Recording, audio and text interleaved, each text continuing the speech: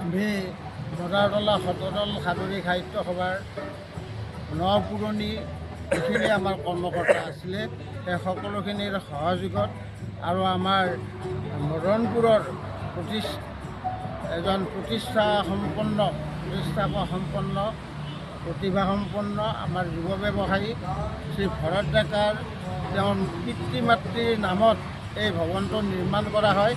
আৰু আমাৰ দিনত আমাৰ কাৰ্যকালত 2023-25 বৰ্ষৰ কাৰ্যকালত মোৰ সভাপতি তথা হেমন্ত কুমাৰৰ সম্পাদকীয় কাৰ্যকালত আৰু নপুৰণি সকলো সন্মানীয় সদস্যসকলৰ সহযোগিতাত আমাক এই ভৱনটো তেখেতে বনাই দিম বুলি আমাক প্ৰতিশ্ৰুতি দিয়ে আৰু সেইমতে ভৱনটো নৱনিৰ্মিতভাৱে হয়, নৱীকৰণ কৰা হয়। আৰু এই নৱীকৰণত আমি সকলোখিনি সুবিধা তেওঁ আমাক দিছে আৰু আমিও যথেষ্ট আপ্যায়িত হৈছোঁ। গতিকে ভগৱানে প্ৰতিষ্ঠিত ব্যৱসায়ীজনৰ তেওঁৰ পিতৃ মাতৃৰ নামত যিটো উৎসৰ্গা কৰিলে তেওঁৰ যাতে সেইটো সফল হয়। লগতে আমাৰ এই কাৰ্যকালটো এই মদাৰতলা শতদল সাদৰী সাহিত্য সভাৰ যিটো কাৰ্যালয় মানে আমাৰ প্ৰয়াত ভোলাৰাম ডেকা আৰু চন্দিকা ডেকাৰ ভৱনটো যাতে চিৰস্মৰণীয় হৈ এই অঞ্চলত সাহিত্য সংস্কৃতিৰ প্ৰসাৰতাৰ ক্ষেত্ৰত উদ্যোগ গ্ৰহণ কৰে, তাৰ বাবে মই যথেষ্ট আমি নিজকে ধন্য মানিছোঁ। আপোনাৰ সভাপতিত্বৰ কালতে মদাৰতলা শতদল সাদৰী সাহিত্য সভাই কামৰূপ জিলাৰ ভিতৰত শ্ৰেষ্ঠ শাখা হিচাপত নিৰ্বাচিত হৈছে। গতিকে আপোনাৰ আৰু কিবা কৰিবলগীয়া থকা বুলি ভাবে নেকি? নিশ্চয়, সাহিত্য সংস্কৃতিৰ নামত বা এই সমাজ জীৱনত সাহিত্য সংস্কৃতিৰ কৰাৰ ক্ষেত্ৰত অকল শাখাটোৰ যে শ্ৰেষ্ঠ শাখা হিচাপে পৰিগণিত হৈ এটা সুনাম অৰ্জন কৰিলে অকল সেইটোতে আমি ক্ষান্ত নাথাকি ইয়াৰ পৰৱৰ্তী সময়ত কেনেকৈ আমি ৰাজ্য বা অসম সাহিত্য সভাৰ ক্ষেত্ৰত আমি নিজকে প্ৰতিষ্ঠা কৰিব পাৰোঁ সাহিত্য সংস্কৃতিৰ জৰিয়তে আমি সেইটো ক্ষেত্ৰত আমি কুঁহি, তাৰপিছত আপোনাৰ আমাৰ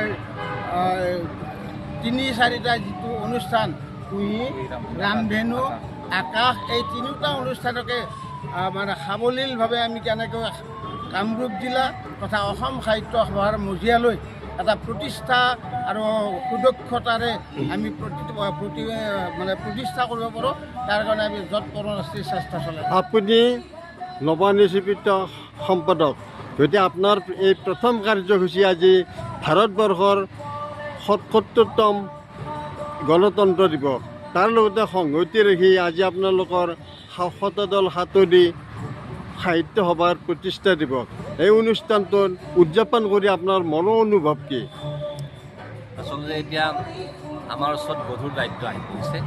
এতিয়া পুৰণিখিনিৰ যিখিনি অভিজ্ঞতা, সেই অভিজ্ঞতাখিনিক আমি সঞ্চয় কৰি লগতে নতুন যিবিলাক আমাৰ যুৱ লেখক লেখিকা আছে তেওঁলোককো আমাৰ ইয়াত অংশগ্ৰহণ কৰোৱাই আমাৰ এই অনুষ্ঠানটোক কেনেকৈ আমি আগবঢ়াই লৈ যাব পাৰোঁ সেইটোৱে আমাৰ চেষ্টা থাকিব। আমাৰ সন্মুখত বহুত প্ৰত্যাহ্বান থাকিব, কিন্তু সেই প্ৰত্যাহ্বান নেওচি আমি কিদৰে আগবাঢ়ি যাব পাৰোঁ আমি নিশ্চয় পৰামৰ্শ ল'ম আমাৰ অগ্ৰজসকলৰ, আৰু তেওঁলোকৰ পৰামৰ্শ লগতে নতুনখিনিৰ উদ্যমৰ জৰিয়তে আমি এই অনুষ্ঠানটোক বা সাহিত্য সংস্কৃতিৰ ক্ষেত্ৰত আমি আগবঢ়াই লৈ যাব বুলি আমি আশা কৰোঁ।